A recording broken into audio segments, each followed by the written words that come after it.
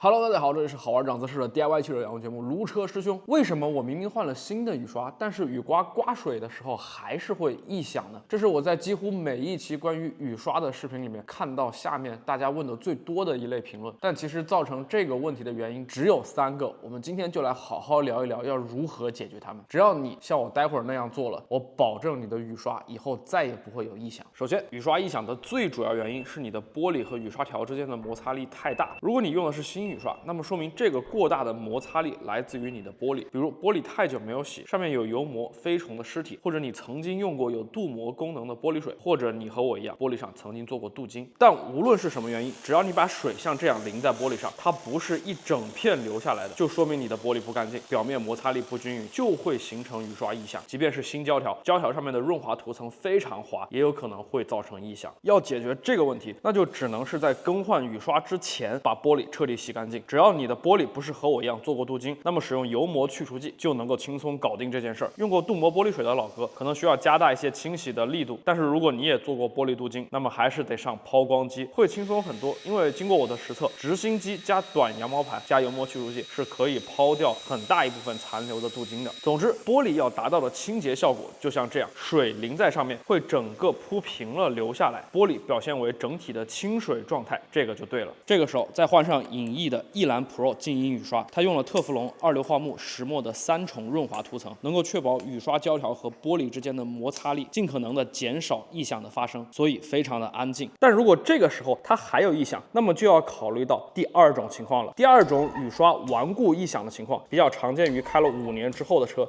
也就是雨刷臂角度变形导致的。汽车的雨刷在上刮变下刮的时候，胶条会有一个翻面的动作。理论上来说，上下刮水时，胶条和玻璃之间的角度越小，胶条和玻璃越垂直，这个翻面动作就会越顺畅，雨刷的异响就会越小。但这几乎是不可能的，因为大部分的家用车挡风玻璃都是有弧度的。但如果这个时候雨刷胶条在下指点的时候和玻璃是垂直的，就像这台车一样，那么当这个雨刷刮到上指点的时候，胶条和玻璃之间就一定是歪的。那么它在这里转换的时候就会形成很大的噪音，甚至是抖动。所以原厂在设计雨刷臂的时候，就需要去配合这个玻璃的弧度，把雨刷臂设计出一个弯曲的形状，来尽量的让雨刷胶条在工作的时候能够在这个玻璃的每一个位置尽可能的保持垂直，来减少雨刷的异响。但是随着日积月累的使用，雨刷臂是会变形的。就拿这台快10年的车来说，它的主架雨刷在下指点和玻璃之间的角度现在就是正9度。这里要说一下，这个雨刷角度测量器，之前很多老哥问我在哪儿买的，大家可以去找影艺雨刷旗舰店去购买，操作也很简单。作为国内为数不多愿意深耕雨刷设计和制造的品牌，影艺在这方面还是很专业的。然后打开雨刷维修模式，把雨刷停到上指点的位置，再次测量这个位置的角度为0度。那么这台车的雨刷臂与玻璃之间的角度差值就是下指点的9度减去上指点的0度，还是9度。那么按照原厂雨刷臂差值设定表来说，9度的差值，下指点应该是正6度，上指点应该是-3度才对。所以很显然，这台车目前就是一个雨刷臂变形的状态，这就是导致你即便换了新雨刷上去，并且把玻璃洗得很干净，它依然会产生雨刷异响的原因。解决的办法就是在雨刷臂的下指点上配合这个雨刷臂角度测量工具，用扳手来调整这个雨刷臂的角度。因为雨刷臂基本都是铁质的，它是有一定的形变空间，当然这也是导致了它会变形的原因。大家可以用毛巾稍微垫着一点雨刷臂，然后用2个扳手来配合拧动就可以了。OK， 这样下指点就回到了它原厂设定的正6度，自然上指点也就会回到它原厂设定的-3度。这个时候你再换上影艺的一蓝 Pro 静音雨刷，确保玻璃是洗干净的，它刮水的时候就肯定不会有异响了。为什么这里我要强调是换影艺的雨刷呢？因为除了它之外，市面上大多数的雨刷还有一个普通车主几乎不会注意到的问题，也会导致雨刷的异响，这就是第3种雨刷顽固异响的情况，就是偷工减料。大家如果还保留着自己车型的原车雨刷的话，那么不妨把它这个边抠开，然后来测量一下它里面这根钢条的厚度。你会发现，只要你原车的主副2个雨刷的长度不同，那么里面这根钢条的厚度肯定也是不一样的。这个应该很好理解，越长的雨刷就需要越厚的钢条，提供越好的韧性，才能把雨刷臂的下压力分散得更加均匀。但是副驾驶雨刷就面临一个问题，因为它的上端更加接近于挡风玻璃弧度最大的边缘，如果这个时候还和主驾驶驶雨刷的钢条使用一个厚度，那么就会遇到2种情况。第一种情况就是这个副驾驶雨刷的最上端会出现腾空的情况，那么就会有严重的漏刮问题。第二种就是钢条韧性过大，会出现中间下压力不足，